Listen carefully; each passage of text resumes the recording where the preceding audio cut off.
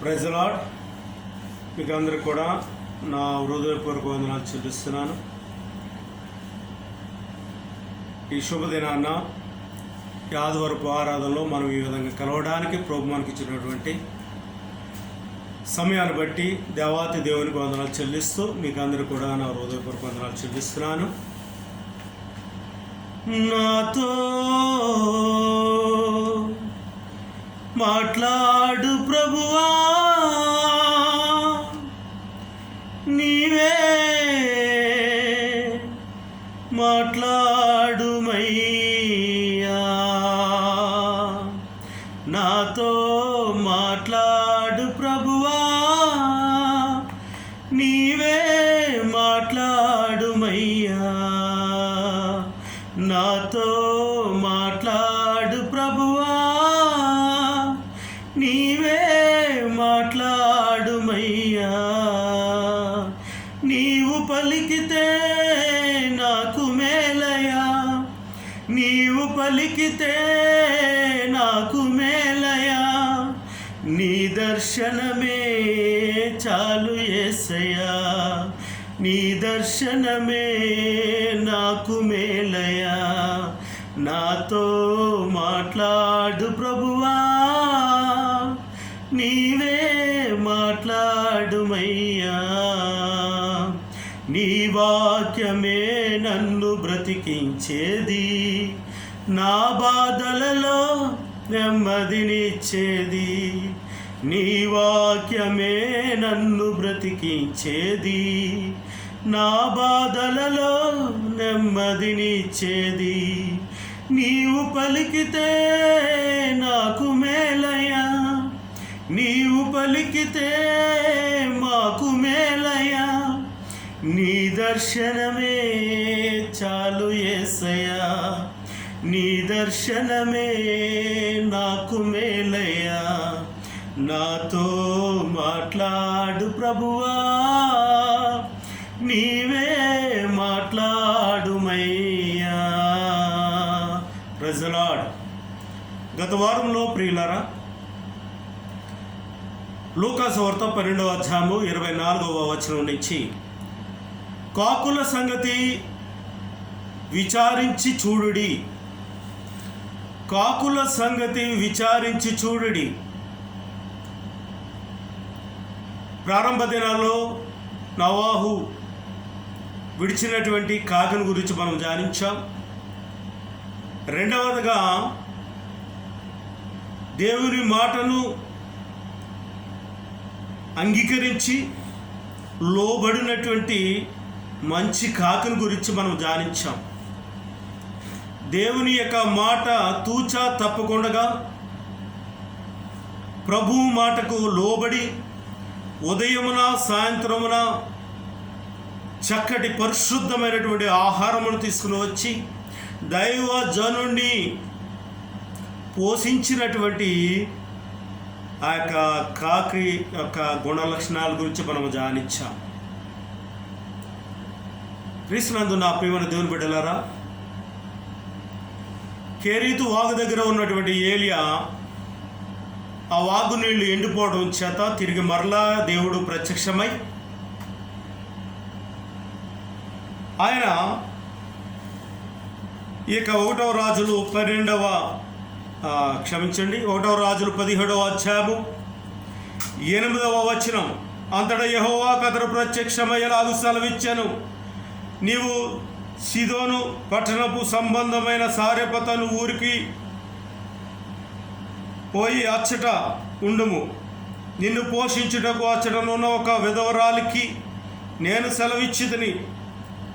అందుకతడు లేచి సారెపతనకు పోయి పట్టణపు గవని యొద్దకు రాగా ఒక విధవరాలు అచ్చట కట్టెలు ఏరుచుండుట చూచి ఆమెను పిలిచి త్రాగుటకై పాత్రతో కొంచెము నీళ్లు నాకు తీసుకొని రమ్మని వేడుకొనెను. ఆమె నీళ్లు తేబోచుండగా అతడు ఆమెను మరలా పిలిచి, నాకొక రొట్టె ముక్కను నీ చేతిలో తీసుకొని రమ్మని చెప్పాను. దేవునికి మహిమ కలుగును గాక.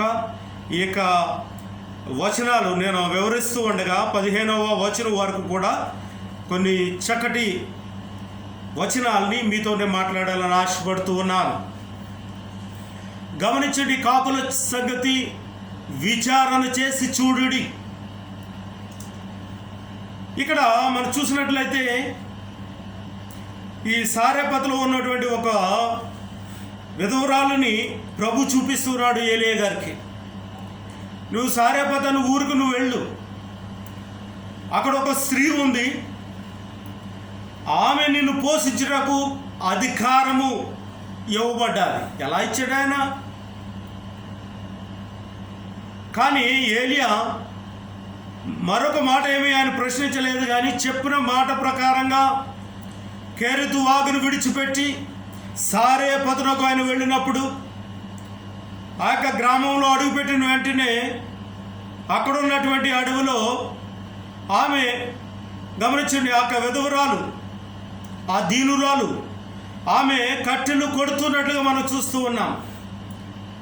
ఏలియా మరొక మాట ఏమీ ఆలోచన చేయలేదు. కానీ ఆమెను చూసిన వెంటనే, అమ్మా నీ చేతితో కొంచెం ఒక పాత్ర తీసుకుని కొంచెం మంచినీళ్ళు తీసుకురా అని అధికారంతో అడిగాడు. ఆమె మారు మాట మాట్లాడకుండా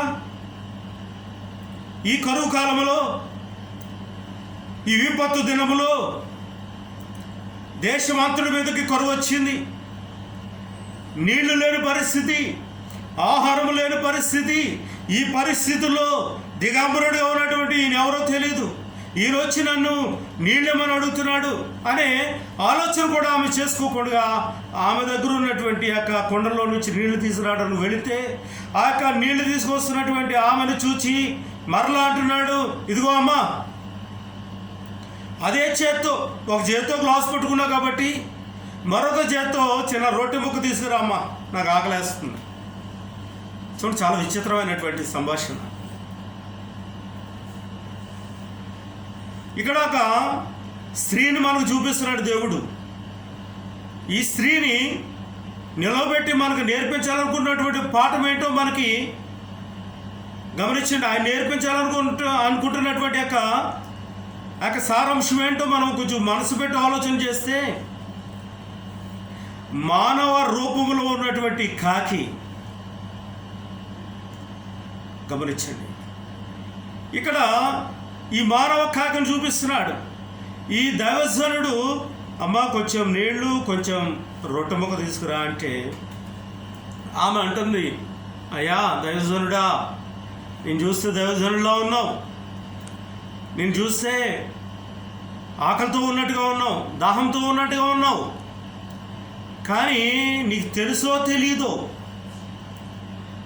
అన్నట్టుగా ఆమె దైవజనుడికి ఒక మాట చెప్తా ఉంది. ఏమనంటే, అందుకు ఆమె, నీ దేవుడైన యెహోవా జీవము తోడు, తొట్టిలో పట్టెడు పిండియు గుడ్డిలో కొంచెం నూనెయు నా యొద్దనున్నవే గాని అప్పం ఒకటైనను లేదు. మేము చావకముందు నేను వాటికి గమనించండి, నేను చావకముందు నేను ఇంటికి పోయి వాటిని నాకును నా బిడ్డకును సిద్ధం చేసుకొనవలనని కొన్ని పొలలు ఏరుకొనుటకై వచ్చితిని.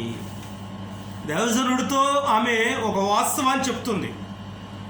తన జీవితంలో చివరి ఘట్టము ఆమె ఎలాగ ముగించాలనుకుంటుందో, ఎలా తన యొక్క నిర్ణయం ఏమై ఉన్నదో దైవజనుడితో చెప్తుంది. అయ్యా, నా ఇంటిలో, గమనించింది, నా ఇంటిలో ఆ తొట్టులో కొంచెం పెండు ఉందయ్యా, గుడ్డలో కొంచెం నూనె ఉంది, కట్టెలు లేవు, కట్టెల కోసం నేను వచ్చాను. ఈ కట్టెలు పట్టుకుని వెళ్ళి పొయ్యి రాజేసి ఆ కొంచెం పిండి నా బిడ్డ నేను ఒక అప్పం వస్తుందో అర్ధప్పం వస్తుందో దాన్ని చేసుకుని తినాలని, తిన్న తర్వాత అంటే మేము చావక మునుపు అంటే మేము చావడం సిద్ధంగా ఉన్నాం. ఎందుకంటే దేశమంతా భయంకరమైన విపత్తు పరిస్థితుల్లో ఉంది. వర్షాలు కురవడం లేదు, పంటలు పండడం లేదు, ఎటు చూసిన కరువు, ఎటు చూసిన సమస్యలు ఉన్నాయి అని ఆమె చెప్పినప్పుడు దైవజనుడు అంటాడు కదా, గమనించింది, అమ్మా నువ్వేమి కంగారు పడవద్దు, నీతో పాటు నేను వస్తా, నీ ఇంటికి వస్తా, నీ ఇంట నేను నివసిస్తాను. నువ్వు చేయవలసింది అలా ఏంటో తెలుసా? ఆ కొంచెం పిండి, ఆ కొంచెం నూనెతో చేసినటువంటి మొదటి అప్పము, మొదటి రొట్టె ముక్క నాకు తెచ్చివు. చాలేవయ్య. మేమేదో పరిస్థితి ఎలా ఉందంటే, ఆ మొదటి రొట్టె నువ్వు తినేసిన తర్వాత మాకు నువ్వేం చెప్తావు? ఏమంటే మనం అయితే ఏమనుకుంటాం చెప్పండి.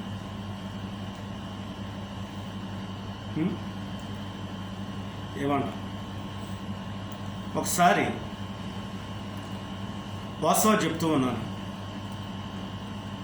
ఒక ఆయన వచ్చాడు నా దగ్గరికి. అదేంటో నేను చెప్పరు కానీ, అతని పేరు నేను చెప్పరు కానీ, అతడు నాకు అవసరం ఉంది, ఆ వస్తువు నాకు కావాలని అడిగాడు. కొన్ని డబ్బాలు కొన్నాం, నాకు ఒక 100 రూపాయలు కావాలన్నాడు. ఇప్పుడు నేను అన్నాను, అయ్యా నా దగ్గర 100 లేవు కానీ 50 రూపాయలే ఉన్నాయి, అవి కూడా ఇంట్లో సరుకులు తీసుకురావాలి, జీతాలు రాలేదు, పరిస్థితి బాగాలేదు, ఇప్పుడు నీకు నేను ఎలా ఇవ్వనో ఏమివ్వనో ఏం చేయను అని అంటే, నువ్వేం చేస్తావో నాకు తెలియదు, నాకు నా పీకల మీదకి వచ్చింది నా అవసరం, నువ్వు ఏదైనా నాకు సాయం చేయాలి అంటాడు. సాయం చేయడం నా దగ్గర లేదు, నా దగ్గర ఉన్నది ఇదే, ఎలా నేను సాయం చేయగలను? పరిస్థితి అర్థం చేసుకోవాలని నేను. నువ్వు ఎలా చేస్తావో నాకు తెలియదు, నువ్వు ఎలా చేస్తావో నాకు తెలియదు, నువ్వు చేయగలవు, నీ మీద నేను ఆనుకుని వచ్చాను అన్నాడు. నువ్వు ఎలాగైనా చేయగలవు అనే మాట నా హృదయంలో నొచ్చుకుంది కొంచెం. ఆ మాట లోపలికి వెళ్ళింది.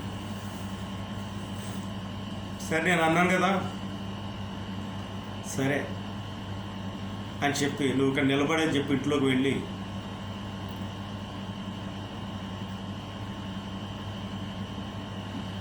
మా అమ్మగారి చెవులు ఉన్నాయి, మా అమ్మగారు లేరప్పుడు, మా అమ్మగారు చెవులు ఉన్నాయి,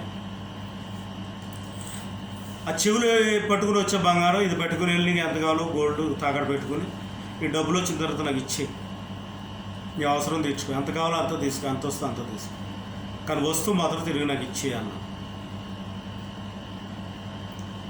కానీ అంతకుముందు మధ్యలో నా మనసులో ఏముందంటే, ఎంత చెప్పినా నమ్మడే, నా అవసరం తీరకుండా నా దగ్గర ఉన్నది ఏమంటున్నాడు అని కొంత వ్యసన పడ్డా. ఇక్కడ ఈ స్త్రీలో కూడా, ఈ పెద్ద ఆమెలో కూడా ఇటువంటి ఆలోచన కలిగి ఉండొచ్చు. కానీ గమనించండి 14వ వచనం,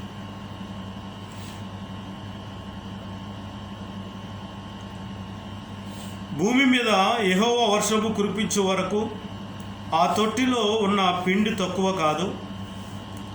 13వ వచనం చదువుతాను. అప్పుడు ఏలీ ఆమెతో ఇట్లా, నేను భయపడవద్దు, పోయి నీవు చెప్పినట్టు చేయము, అయితే అందులో నాకు ఒక చిన్న అప్పము మొదట చేసి నా యొద్దకు తీసుకుని రమ్ము, తరువాత నీకును నీ బిడ్డకును అప్పములు చేసుకును. భూమి మీద యెహోవా వర్షము కురిపించే వరకు ఆ తొట్టిలో ఉన్నటువంటి పిండే, గుడ్డిలో ఉన్న నూనె తరిగిపోదు. యెహోవా నామమును బట్టి నేను దీవిస్తున్నా. నీ కుటుంబంలో, నీ జీవితంలో నా దేవుడు ఆశీర్వాదకరంగా మార్చును గాక. నీ కరువు, నీకున్నటువంటి విపత్తు, నీకున్నటువంటి సమస్య నా దేవుడు నీకు సమృద్ధిని కలిగించేను గాక అని చెప్పి వాగ్దానం ఇచ్చేటప్పటికి ఆమె వెళ్ళి మొదటి అప్పు దైవజనుడి దగ్గర తీసుకుని వచ్చింది. ఆశీర్వాదకరంగా దేవుడు తన దాసుడి ద్వారా ప్రార్థన చేయించి, తన దాసుని ద్వారా ఆశీర్వాదమును అనుగ్రహించి, తనకు, తన బిడ్డకు, తనతో పాటు ఉండు దైవజనుడికి సమృద్ధి ఆహారమును, నూనెను కుమ్మరించినట్లుగా మనం చూస్తూ ఉన్నాం. ఈ వాక్యమును బట్టి నా దేవుడు మనకున్నటువంటి కరువును ఆయన తీసివేసును గాక. మన దేవుడు మన యొక్క ఉన్నటువంటి పరిస్థితులు, విపత్తు నుంచి విడిపించును గాక. సర్వశక్తి కలిగిన దేవుడు ఆకాశ పక్షులను పోషించు దేవుడు మనల్ని పోషించురుగాక. కనుక నా ప్రియమైనటువంటి దేవుని బిడ్డలారా, ఈ యొక్క సబ్జెక్టులో మనం ఆలోచన చేస్తే ఏలియా సారెపతు విధవరాలు తన కుమారుడు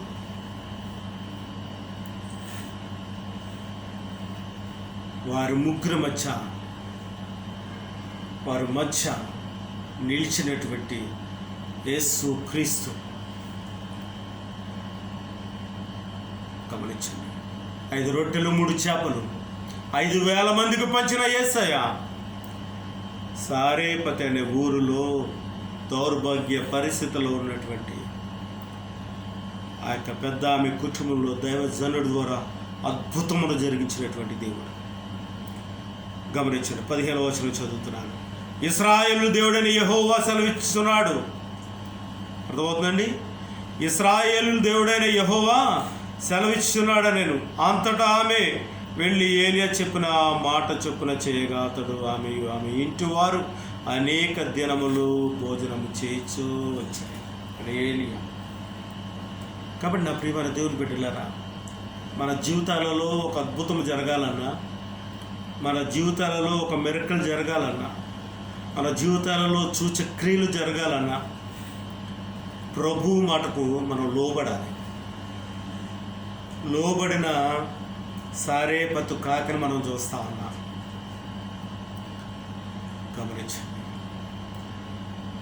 గమనించిన ప్రియమైనటువంటి దేవుని బిడ్డలారా, దైవజనుడు చెప్పింది చెప్పినట్టుగా చేసినటువంటి కాకే సమృద్ధి జీవము కలిగినటువంటి కాకి. హల్లెలూయా. కనుక నా ప్రియమైనటువంటి దేవుని బిడ్డలారా, 2వ రాజుల గ్రంథము 8వ అధ్యాయం 1-2 వచనాలలో మనం చూసినట్లయితే అక్కడ చక్కటి మొదటి మాటలోనే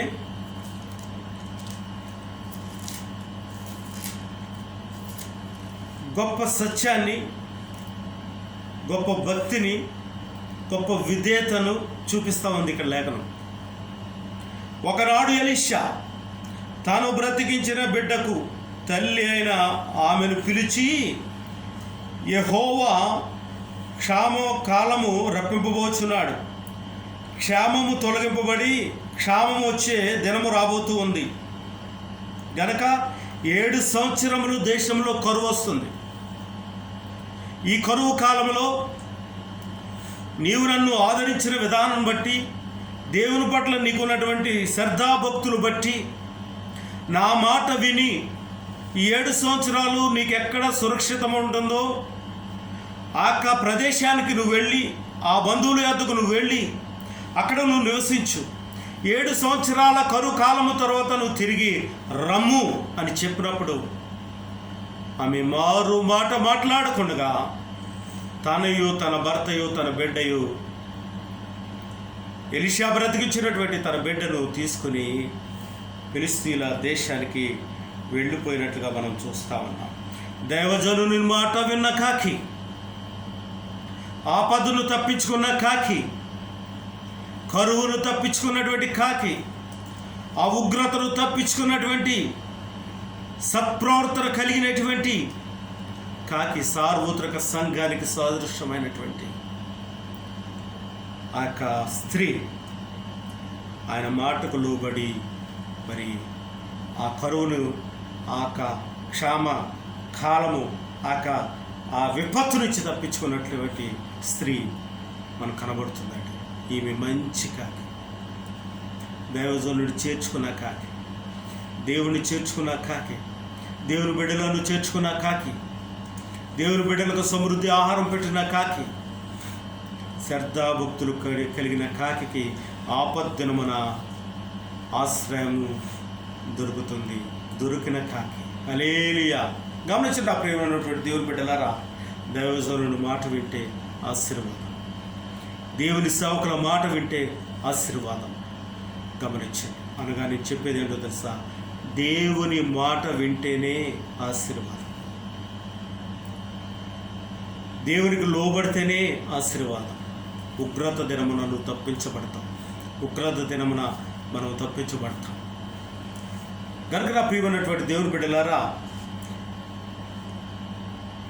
1వ రాజులు 19వ అధ్యాయము 19వ వచనంలో మనం ఆలోచన చేస్తే ఒక యవన కాకి మనకు కనబడుతుంది.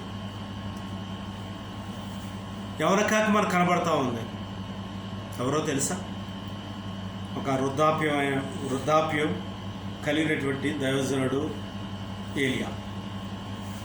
ఇక గమనించండి, ఇక్కడ ఏలియాతో దేవుడు చెప్పాడు, నీకు బదులుగా ప్రవక్తగా షాపాతు కుమారుడైనటువంటి ఎలీషాను అభిషేకించు, నీ తర్వాత పరిచర్య చేయడానికి అన్నప్పుడు ఎలీషా పొలంలో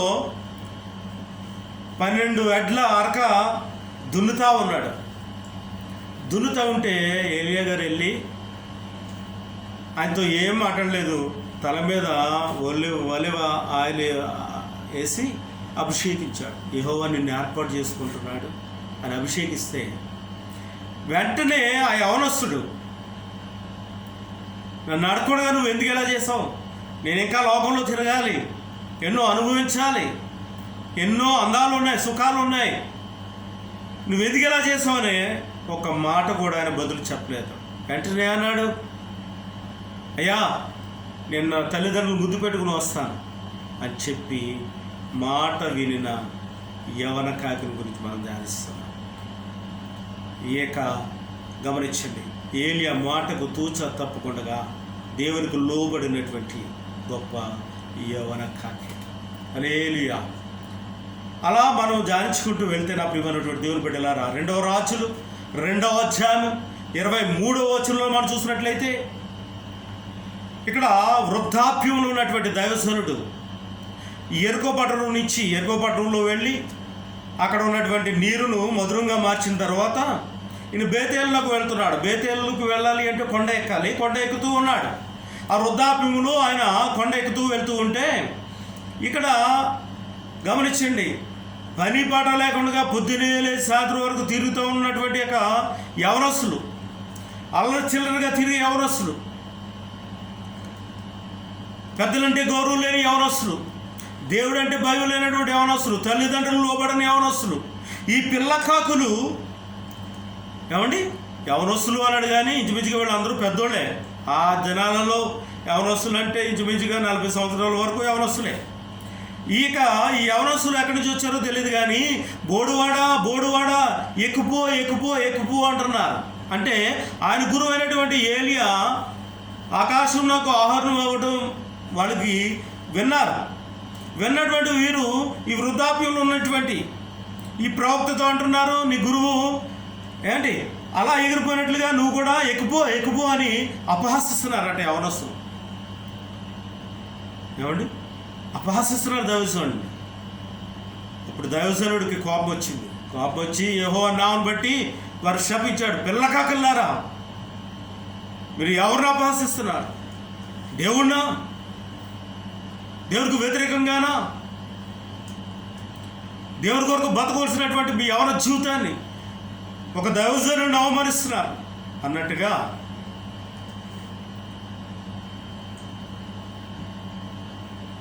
అపహసిస్తూ ఉంటే ఎక్కడి నుంచి వచ్చినాయో తెలియదండి. 2 ఎలుగుబంట్లు వచ్చి పిల్లల్ని పట్టుకుని నేలగేసి కొట్టి చంపేశాయి. కొంతమంది యవనస్తులు వారికి అవసరం లేనటువంటి విషయాల్లో ఇన్వాల్వ్ అవుతూ లోకంలో పాపంలో శాపంలో పడిపోతూ తమ యవన జీవితాన్ని చక్కగా జీవించవలసిన జీవిత కాలాన్ని పాడు చేసుకుంటూ ఉన్నారండి. దైవజనుడిని అవమానించినటువంటి పిల్ల కాకులు మనకి ఇక్కడ కనపడుతూ ఉన్నాయి నా ప్రియమైన దేవుని బిడ్డలారా. అటువంటి పరిస్థితుల్లో ఏ యొక్క యవనస్తుడు వెళ్ళొద్దండి. దేవునికి లోబడి ఉండి సాతాన్ని ఎదిరించండి. హల్లెలూయా. గమనించిన నా ప్రియమైనటువంటి దేవుని బిడ్డలారా, మహాజ్ఞాని అయినటువంటి సొలొమోను తన సామెతలు 30వ అధ్యాయము 17వ వచనంలో ఆయన రాస్తున్నాడు. అక్కడ ఉన్నటువంటి యొక్క గమనించండి, యవనస్తులకు, రాబో తరమునకు, నేటి తరానికి ఆయన రాయించి ఉంచినటువంటి మాట ఏంటో తెలుసా? ఈ 30:17 తండ్రిని అపహసించి తల్లి యొక్క మాట విననొల్లని పిల్లల యొక్క కళ్ళను లోయకాకులు వచ్చి పీకివేస్తున్నాం. అర్థమవుతుందండి? ఇక్కడ కూడా కాకులు ప్రత్యక్షపరుస్తున్నాడు. విచారణ చేయండి, ఆలోచించండి. ఈ తండ్రిని అపహసించి తల్లి మాటను విననోళ్ళని యవనస్తులతో మహాజ్ఞాని మాట్లాడుతున్న మాట ఏంటో తెలుసా? లోయ కాకులు ఎక్కడి నుంచి వస్తాయంట? లోయలో నివసించే కాకులంట పట్టణంలోకి వస్తాయంట, ఇళ్లలోకి వస్తాయంట. అవి వచ్చి ఏం చేస్తాయంటే యవనస్తుల యొక్క కనుగుడ్లని పీకేస్తాయంట. అంటే దేవుని ఆజ్ఞ. దేవుడు వాడుకోవాలంటే దేన్నైనా వాడుకోగలడు. ఇక్కడ కాకులు వాడుకుంటూ ఉన్నాడండి. గమనించిన ప్రియమైన దేవుని బిడ్డలారా, పరిశుద్ధ గ్రంథంలో, నూతన నిబంధన గ్రంథంలో, ఈ క్రొత్త నిబంధనల్లో ప్రభువు రాయించినటువంటి మాటలు, తన సేవకులు ఆత్మపూర్ణులై దేవుని కొరకు రాత్రనగా పగలనగా అహోరాత్రులు శ్రమించినటువంటి దైవజనులు,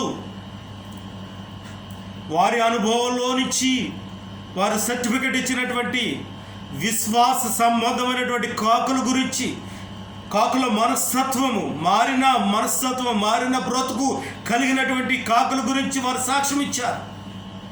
అకుల్లా ప్రిస్కిల్లా కొరకు రోమీయులకు రాసిన పత్రిక 16:4 రోమీయులకు రాసిన పత్రిక 16:4 వారు ప్రాణము, గమనించండి, వారు నా ప్రాణము కొరకు తమ ప్రాణములను ఇచ్చుటకైనను వారు తెగించిరి అంటున్నాడు. ఇక్కడ అకుల ప్రిస్కిలా వీళ్ళిద్దరూ కూడా చక్కటి కుటుంబం అండి. ఆత్మ సంబంధమైన కుటుంబం, ఆత్మ సంబంధమైనటువంటి ఆలోచనలు కలిగినటువంటి వారు. అపొస్తలుడైనటువంటి పౌలు దైవజనుడికి శ్రమ వచ్చినప్పుడు వారు ప్రాణాలు సైతము దైవజనుడి కొరకు ఇచ్చి, దైవజనుడు బ్రతికించాలి, మేము చనిపోయినా పర్వాలేదు, దైవజనుడు బ్రతకాలి, అనేకులకు సువార్త ప్రకటించాలి కనుక ఆయన ప్రాణము కొరకు మా ప్రాణం ఇస్తాం. ఎవరైనా చంపాలని వచ్చినా, ఎవరైనా బంధించాలని వచ్చినా, ఎవరు ఆయన అవమానించినా మేము ఊరుకునేది లేదు. మమ్మల్ని చంపరా సరే, ఆయన్ని మాత్రం ఒక మాట అనడానికి వీలు లేదు. ఆయన సత్యవంతుడు, ఆయన సత్యవంతుడు కనుక నా ప్రియమైనటువంటి దేవుని బిడ్డలారా, పౌలు గారి యొక్క తాత్పర్యం ఏంటో తెలుసా? సంఘములో విశ్వాస సంబంధమైన జంట ఉన్నారు. వారు ప్రాణము నా కొరకు ఇవ్వడానికి సిద్ధపడ్డారు. ప్రాణమిచ్చే కాకులు 2 ఉన్నాయి అక్కడ. ఆ 2 కాకులు కూడా గమనించండి, నా కొరకు ప్రాణం ఇవ్వడానికి ఇష్టపడ్డాయా. అటువంటి వారిని చూసినప్పుడు నా హృదయం ఎంతగానో ఉప్పొంగిపోతూ ఉంది. దేవుని కొరకు బ్రతికే వారిని ఆదరిస్తున్నటువంటి వారు, అంత కృప కలిగినటువంటి, గమనించండి, వారు విశ్వాసంలో ఉన్నారని ఆయన చూపిస్తున్నాడు. కనుక కాకుల సంగతి విచారించి చూడుడి. అప్పుడు దేవుని యొక్క కృప ఏంటో, దేవుని యొక్క గొప్పతనం ఏంటో, దేవుని యొక్క శక్తి ఏంటో మనం తెలుసుకోగలుగుతాం. అరచిచుండు పిల్ల కాకులకు ఆహారం ఇచ్చేవాడు ఎవరు? ఆయనే కదా.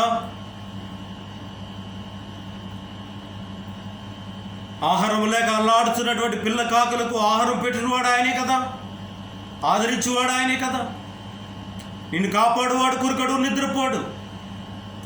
ఆయన మన బ్రతుకు దినములన్నిటి కృపాక్షేమలు ఇచ్చు దేవుడు. కనుక కాకులు లాంటి విశ్వాసులు చాలామంది ఉన్నారండి. కాకంటే గమనించండి, ఈ కాకి మారిన కాకులు. దైవజనుడి కొరకు ప్రాణం ఇచ్చే కాకులు, దైవజనుడికి ఆహారం పెట్టిన కాకులు, దేవుని కొరకు తమ బ్రతుకులను సమర్పించుకున్న కాకులు. అట్టి కృప దేవుడు మీకు మీ కుటుంబాలకి సమృద్ధిగా అనుగ్రహించను గాక. ప్రార్థన చేసుకున్నాం. మహోన్నతుడైన మా తండ్రి, మీకు వందనాలు, స్తుతులు, స్తోత్రములు చెల్లిస్తున్నా. కాకి యొక్క జీవితాన్ని మా జీవితంలోకి అనువయించుకోమని మీరు మాతో మాట్లాడినందుకు వందనాలు చెల్లిస్తున్నాను. విన్న ప్రతి బిడ్డ కూడా అటువంటి యొక్క మారిన మనస్సు కలిగి, మారు మనస్సు కలిగి వారి జీవితాలు మీకు సమర్పించుకుని మీ పరిచర్యలో, మీ పనిలో మీరిచ్చే యొక్క ఆశీర్వాదాల్లో పాలుపంపులు పొందుకునే భాగ్యం దయచేయమని, ఆంధ్ర క్రిస్టియన్ కర్మ సంఘం యొక్క బిడ్డలను, నలుమూలలోని బిడ్డలు దీవించమని, లైవ్ చూస్తున్న ప్రతి బిడ్డను పేరు పేరు దీవించమని, వారి అక్కలు తీర్చమని, వారికి ఉన్న అవసరతలన్నీ తీర్చమని. అయ్యా ప్రభు, ఎవరైతే ఇబ్బందులు ఇరుకుల్లో ఉన్నారో జ్ఞాపం తెచ్చుకోమని, ప్రభునందును ఎదిరించిన వారిని కూడా జ్ఞాపం తెచ్చుకో, వారి కుటుంబాన్ని జ్ఞాపం తెచ్చుకోమని, ప్రతి వారిని ప్రభు మీ ఆత్మచేత అభిషేకించమని. అయ్యా ప్రభు, నాతో మీరు మాట్లాడారు, మీ బిడ్డలతో మాట్లాడారు గనుక ప్రభు, మీ మాట వినే కాకులుగా మమ్మల్ని చేయమని. అయ్యా ప్రభు, వేసే ప్రతి వారిని మీ ఆత్మచేత అభిషేకించమని యేసు పరిశుద్ధ నామములో అడిగి పెట్టుకున్నాను తండ్రి. ఆమేన్, ఆమేన్, ఆమేన్. దైవాశీర్వాదములు ప్రభు మీకు అనుగ్రహించును గాక.